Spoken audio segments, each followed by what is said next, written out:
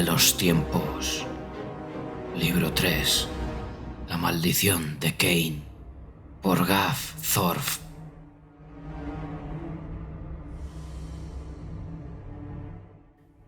Primera parte.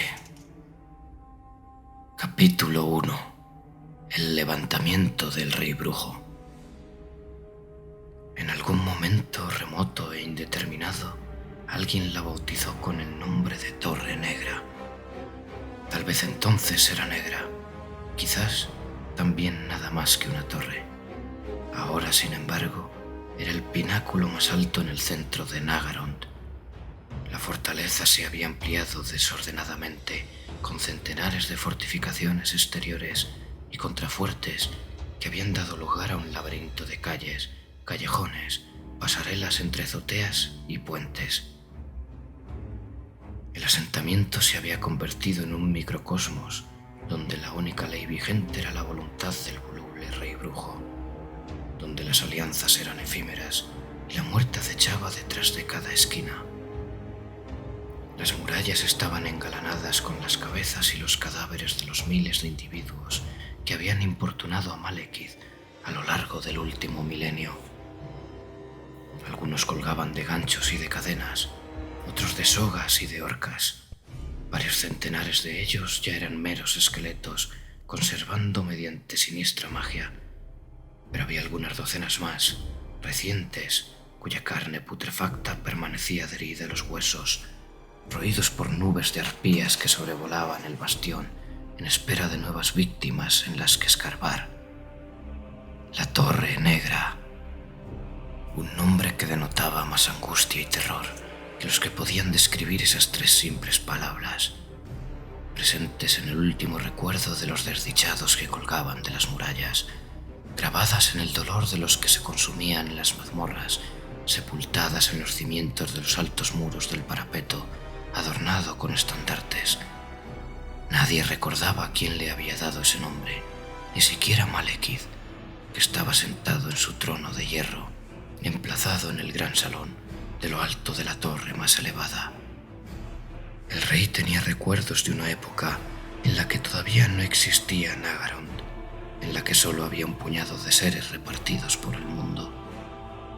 Él había crecido en la Torre Negra, en el siniestro ambiente generado por la omnipresencia de su padre, Aenarion, y las malvadas y sangrientas maquinaciones de su madre, Morathi.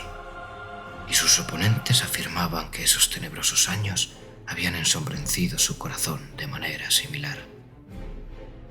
El rey brujo ya no tenía labios, pero lo irónico de la historia le habría hecho retorcerlos en una mueca cruel.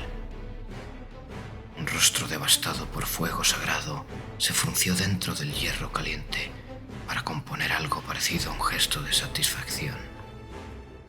La clase de satisfacción de quien se deleitaba contemplando desde la ventana las cabezas de la docena de generales que había decepcionado a Malekith durante la reciente guerra contra esos bárbaros hombres del norte. Ahora las observaba y rememoraba con placer los gritos que habían resonado en aquella misma cámara mientras eran decapitados con magia oscura y hojas candentes. Llevó la mirada más allá de aquellas mezquinas víctimas de su ira y recorrió con los ojos la fortaleza y los altos lienzos de la muralla. Al otro lado de los muros, las sombras, ninguna más alta que la Torre Negra, perforaban la noche, envueltas por lúgubres y fríos bancos de niebla de Nagarond. Si bien había pasado su infancia en la Torre Negra, él no había nacido en aquella ciudad. Ese honor le correspondía a un lugar perdido, arrasado y renacido una y otra vez a lo largo del tiempo, erigido sobre el suelo empapado en sangre del ancestral Nagarite. Anlek, capital de Aenarion, en el pasado la ciudad más poderosa del mundo, capaz incluso de avergonzar a las Kara-Zakarak de los enanos. Anlek, objeto de la envidia de Ulthuan, que solo había sucumbido a una batalla, y la misma suerte había corrido Malekith y los aliados que estaban en ella. Ahora estaba en ruinas. La Torre Negra era lo único que quedaba de Anlek. Ese recuerdo era doloroso, incluso transcurridos 600 años. El proceloso mar golpeaba la accidentada costa de pináculos rocosos y espumeaba abundantemente. El cielo se retorcía, oscurecido por la magia oscura. Del agua, a través de la espuma y de la lluvia, surgieron las inmensas y tenebrosas figuras de altísimos edificios formados por muros y almenas. Los castillos de Nagarite siguieron la estela de la inmensa ciudadela flotante, sobre cuya torre más alta estaba Malekith. La violenta lluvia se vaporizó al entrar en contacto con su armadura cuando se volvió al oír la voz de Morathi, quien permanecía bajo el arco detrás de él. ¿Es aquí donde huimos?, preguntó con un brillo iracundo en los ojos. ¿A esta tierra fría e inhóspita? No nos seguirán hasta aquí, respondió el rey brujo. Somos los Nagarothi. Nacimos en el norte y en el norte renaceremos. Esta tierra, por inhóspita que sea, nos pertenece. Nagaroth. ¿Piensas erigir un nuevo reino?, inquirió con desdén Morathi. ¿Vas a aceptar tu derrota y comenzar de nuevo como si Nagarite jamás hubiera existido? No, contestó Malekith, con el cuerpo de hierro envuelto en llamas. Nunca olvidaremos lo que nos han arrebatado. Ulthuan me pertenece. Aunque pasen 1000 años o 10.000, reclamaré mi derecho legítimo como rey. Soy el hijo de Aenarion. Ese es mi destino.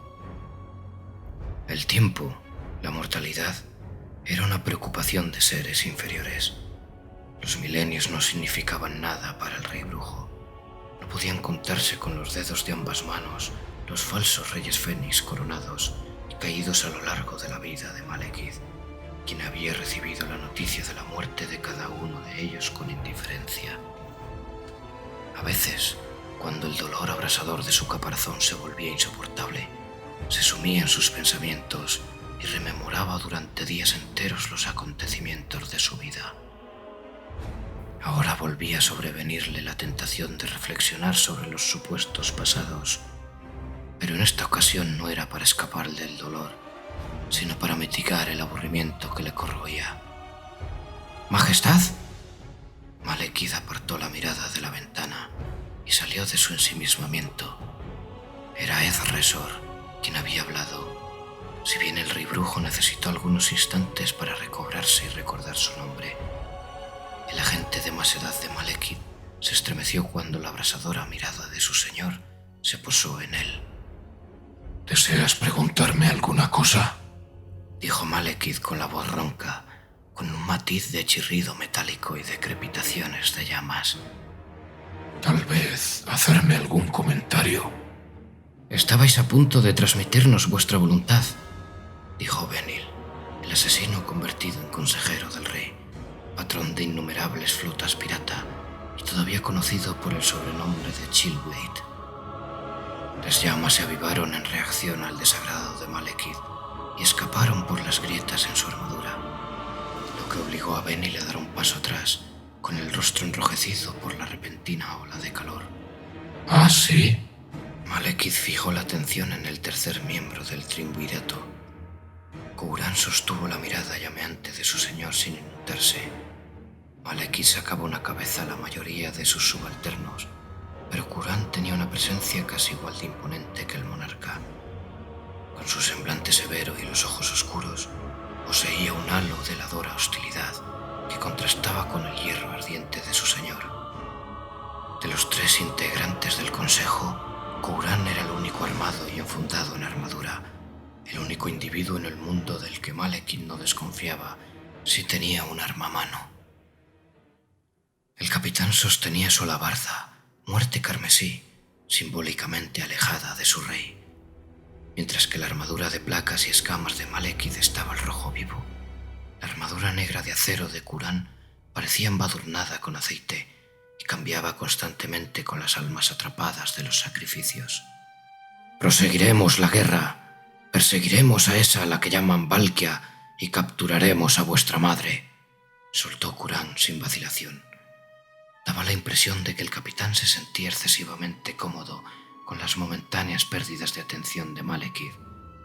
Pero el rey brujo sabía que de todos sus súbditos, solo Qurán no emplearía jamás esa información contra él. ¿Por qué Ebnir no está aquí? Me habría gustado que el desollador de almas me informara sobre el estado de mis ejércitos y de las fuerzas enemigas. Está muerto, Majestad, dijo Ezresor. Ya os había informado. El tono del jefe de los espías irritó a Malekith. Insolencia. No la suficiente para merecer la muerte, pues no habría servido de nada matarlo. Pero en tiempos convulsos el control debía ser absoluto. Las reprimendas tenían que ser inmediatas y notorias. El rey brujo dirigió un leve gesto de sentimiento con la cabeza a Qurán, que comprendió perfectamente qué le estaba pidiendo su señor. El capitán asestó un puñetazo con la mano enguantada en la cara de Ezresor, quien cayó desplomado con la nariz ensangrentada. Qurán abrió las piernas, se preparó para estamparle una patada y se volvió a mirar de nuevo a su rey, pero Malekith negó con la cabeza. «Claro que está muerto», aseveró Malekith. «No era estúpido. Permitió la caída de la torre de vigilancia de Bartot y luego agravó su error, conduciendo en aguasto de mis guerreros por los glaciares para que los aniquilaran esos desgraciados peludos de los desiertos. Estoy seguro de que cuando lo vio todo perdido, se clavó su propia espada. Por lo menos dejaría que alguno de los norteños lo destripara, como a un gorrino, antes que afrontar el destino que sabía que le esperaba en mis mazmorras».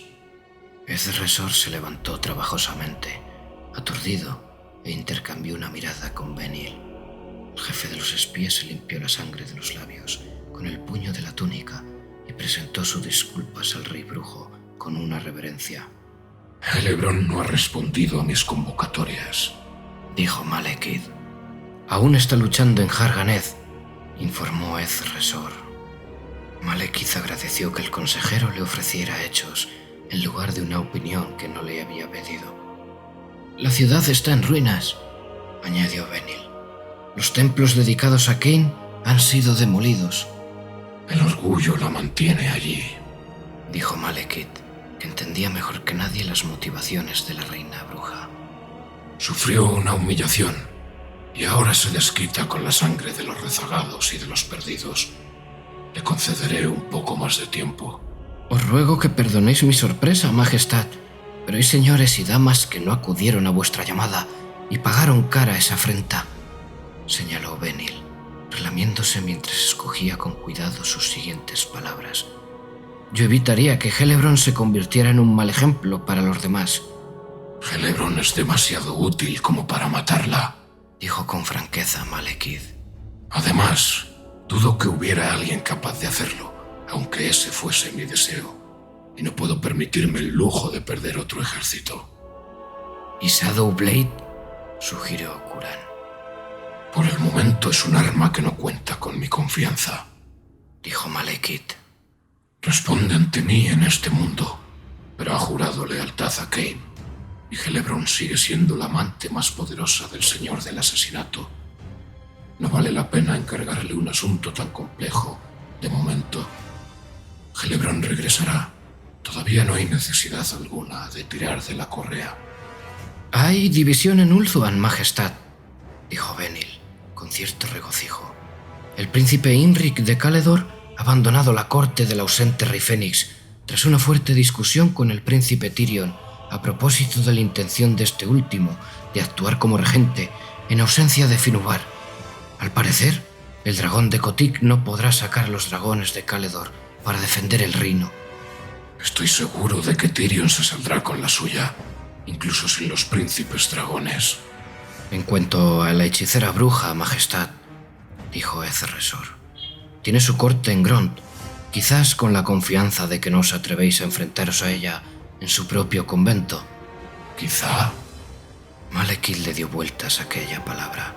Sugería especulación, y en la especulación era posible que Ezresor pensara que había motivos para que la madre de Malekith se sintiera a salvo de recibir su merecido castigo. «No tenemos contacto directo con Grond desde hace muchos años, Majestad», se apresuró a añadir Ezresor. «Es difícil saber nada con certeza. Si bien es bastante improbable, Podría ser que vuestra madre estuviera muerta. No. Puedes estar seguro de que está viva, repuso Malekith. Cuando por fin la muerte alcance a Morathi, el mundo oirá sus gritos de decepción. Recuerda lo que te digo. ¿Crees que no lo sabré cuando fallezca? Ella me concedió su fuerza vital, me apoyó en los peores momentos y me guió para que superara las numerosas dificultades que encontré en mi camino. Es una parte de mí en la misma manera en la que lo es esta armadura. Benil se acarició la mejilla con gesto pensativo. Ebernir no es el único culpable de que el ataque de los norteños nos cogiera por sorpresa. La pérdida de una torre de vigilancia podría haberse evitado si los videntes de Grond hubieran predicho la incursión. Hizo una pausa y volvió a relamerse antes de continuar diciendo lentamente: parece poco probable que el convento de las hechiceras decidiera desatender sus obligaciones en un arrebato, de modo que todos los indicios me conducen a la conclusión de que no se debió a un simple descuido. ¿Quién ordenaría al convento que traicionara a su señor de esa manera?, preguntó Ezresor. «Deja de una vez esta bochornosa pantomima», espetó Malekith, que descargó un puño contra el brazo del trono y provocó una lluvia de chispas. «Si quieres elevar alguna acusación contra mi madre, habla con claridad». «Os ruego que me disculpéis, majestad», dijo Ezresor, haciendo una honda reverencia mientras miraba de refilón a Couran. «Estoy seguro de que Morathi se guardó para sí la información del ataque del caos, para asegurarse de que nos sorprendería desprevenidos». «¿Y por qué supones que haría algo así?», inquirió Couran. «Grond no puede resistir en solitario toda la inmundicia que sale vomitada de los desiertos del caos». «No subestimes el nihilismo del rencor», señaló Benil. «Codicia el trono de Ulthuan desde mucho antes que nuestro señor. Tal vez haya vislumbrado alguna clase de ventaja para sus intereses en permitir el derrumbamiento de Nagaroth». El trío de consejeros se volvió hacia Malekith al recordar de repente que estaban hablando en presencia del monarca. Ninguno de ellos pronunció una sola palabra, y los tres se limitaron a bajar la mirada y guardar silencio. «Estabas hablando de mi madre», aseveró Malekith, mirando fijamente a Benil. «Adelante, continúa». «No ha estado bien resucitar viejas disputas y asuntos irritantes», dijo el antiguo asesino, manejando las palabras con el mismo cuidado con el que en el pasado manejaba dagas impregnadas de veneno. «Ezresor». Malekith desvió la mirada siniestra hacia el jefe de los espías. ¿Deseas añadir algo? «Vuestra madre os dio por muerto, majestad. Os subestimó, como han hecho muchos otros, pero nunca intentó un ataque directo contra vuestro poder. Sin su ayuda habría perdido Nagaroth durante la ausencia de nuestro rey», dijo gruñendo Couran.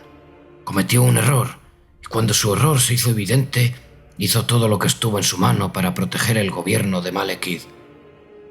Los usurpadores la habían encarcelado», dijo Erezor, haciendo un mohín de desdén.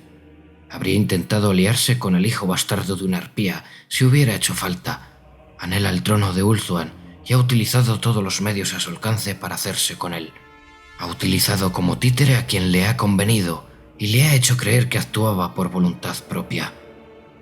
«¿Incluido tu rey?», preguntó Malekith para concluir la aseveración. La tez blanca de Ezresor pareció palidecer un poco más, y él dio un paso atrás para poner distancia con su señor, al mismo tiempo que lanzaba una precavida mirada llena de inquietud a Couran. Malekith se echó a reír, pero eso no mitigó el miedo de Ezresor. ¿Me crees tan ciego a las maquinaciones de mi madre, Ezresor?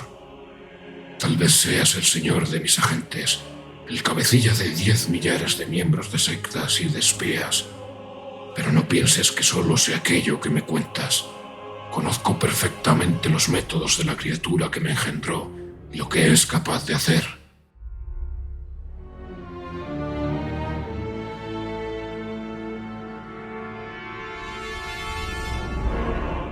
Una suma sacerdotisa, ágil y atlética, presidía la vil ceremonia desde una tarima cubierta de cadáveres y sangre. Llevaba la blanca túnica salpicada de sangre y el rostro oculto detrás de una demoníaca máscara de bronce. Sus ojos emitían un tenue resplandor amarillo y sus pupilas eran dos puntitos diminutos, completamente negros, sepultados en sendos abismos luminiscentes. Sostenía en una mano un sinuoso báculo de huesos y hierro, rematado por un cráneo con cuernos y 3 cuencas oculares. En la otra mano empuñaba una daga curva, todavía embadurnada con la sangre de los innumerables sacrificios. Malekith penetró la carga en la cámara, derribando a todo aquel miembro de la secta que se interponía en su camino. Apenas lo separaban un par de pasos del estrado cuando la sacerdotisa lo señaló con la punta de la daga. De esta surgió un rayo negro como la noche que impactó de lleno en el pecho del príncipe, que sintió que el corazón le iba a explotar. Surgió un alarido de dolor de sus labios y Malekith se derrumbó sobre las rodillas, agitando locadamente los brazos. Estaba tan estupefacto como herido, pues sabía que ningún mago poseía unas habilidades de hechicería comparables a las que le proporcionaba a él la corona de hierro.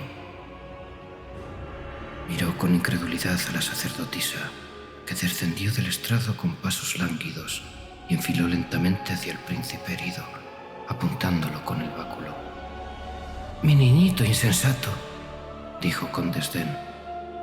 La sacerdotisa dejó caer la daga, que roció el suelo con gotitas carmesíes, y con la mano libre se quitó la máscara y la arrojó lejos. A pesar de que tenía el cabello apelmazado por la sangre, la lustrosa melena negra se desparramó sobre sus hombros. Tenía un rostro perfecto, que era la misma encarnación de la belleza, y en ella se combinaban el porte aristocrático y la magnificencia divina. Los capitanes y caballeros congregados contemplaron hechizados aquella aparición de la perfección. «Madre», dijo en un susurro Malekith, y dejó que la espada cayera de su mano entumecida. «Hijo mío», repuso ella con una sonrisa pícara que despertó en la misma medida el deseo y el pavor de los presentes. «Ha sido muy grosero por tu parte asesinar a mis siervos de un modo tan cruel. El tiempo que has pasado con los bárbaros te ha hecho olvidar los modales». Malekith no respondió y se quedó mirando fijamente a Morathi, esposa de Aenarion, su madre.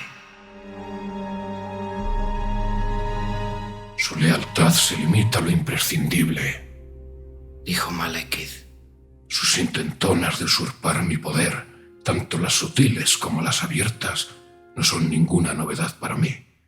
Me preocupa mucho más su ambivalencia, el hecho de que esté dispuesta a permitir que Nalaron sea aniquilada por los aceros de los norteños se debe a que nuestras tierras y nuestro pueblo ya no tienen ningún valor para ella. Sus planes requieren patrones poderosos y sacrificios extraordinarios. Es bastante probable que se haya aplacado su desprecio hacia los dioses del caos y ahora busque ganarse su favor, ofreciéndoles miles de Nagarothi a cambio de su ayuda». «Eso sería una traición mucho más grave que cualquiera de las que haya cometido antes», señaló Benil. «No me corresponde a mí deciros lo que habéis de hacer, Majestad, pero opino que ha llegado el momento de que nos libremos de su alevoso doble juego». «Tienes razón», repuso Malekith. A Benil se le borró la sonrisa petulante de los labios en cuanto el rey brujo añadió: «No te corresponde a ti decirme lo que he de hacer. Me ocuparé de mi madre de la manera que yo juzgue adecuada». «¿Pero os ocuparéis de ella?», dijo Benil, incapaz de mantenerse callado, pero encogiéndose a medida que hablaba, como si la boca le hubiera traicionado. Hizo una reverencia con la cabeza gacha y abrió los brazos. «Hemos perdido demasiado como para permitir que las viejas heridas continúen enconándose». «Reflexionaré sobre ello», replicó Malekith, volviéndose de nuevo hacia la ventana. Permaneció unos segundos absorto en sus pensamientos, imaginándose la cabeza macilenta de Benil bailando, colgada de las cadenas erizadas de la torre de enfrente. Esa idea solo le procuró unos instantes de placer, hasta que el deseo de castigar cruelmente al consejero quedó sepultado por la más meditada y pragmática necesidad. «El mundo está sumido en la conmoción», declaró el rey brujo. Las fuerzas de la vida y las de la muerte se agitan, y los dioses no nos quitan el ojo de encima. Los vientos de la magia no habían soplado de un modo tan turbulento desde esa gran guerra contra los siervos de los dioses oscuros. La tempestad del caos oculta la visión sobrenatural, de modo que debéis traerme noticias de todos los rincones del globo. Quiero estar al corriente de todos los rumores que corran por Lothar y por Tora Care. Me informarás de todos los consejos que se transmitan al oído de los reyes humanos y del emperador. Hay ejércitos en marcha, tanto de vivos como de muertos, y quiero conocer su disposición y su tamaño. Me informarás de todo eso, o de lo contrario, no me serás de ninguna utilidad. Vuestros deseos son órdenes, Majestad, dijo Benil, humedeciéndose de nuevo los labios. Seré vuestros ojos y vuestros oídos, como siempre he hecho.